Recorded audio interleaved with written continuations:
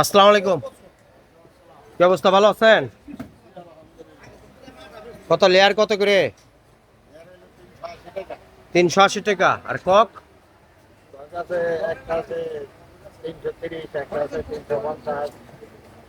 আর কি আছে? মানে মানে মুরগির দাম কি বাড়তি? ঈদের পরে যে রেট সেই রেটই? ওই রেটই চলতেছে?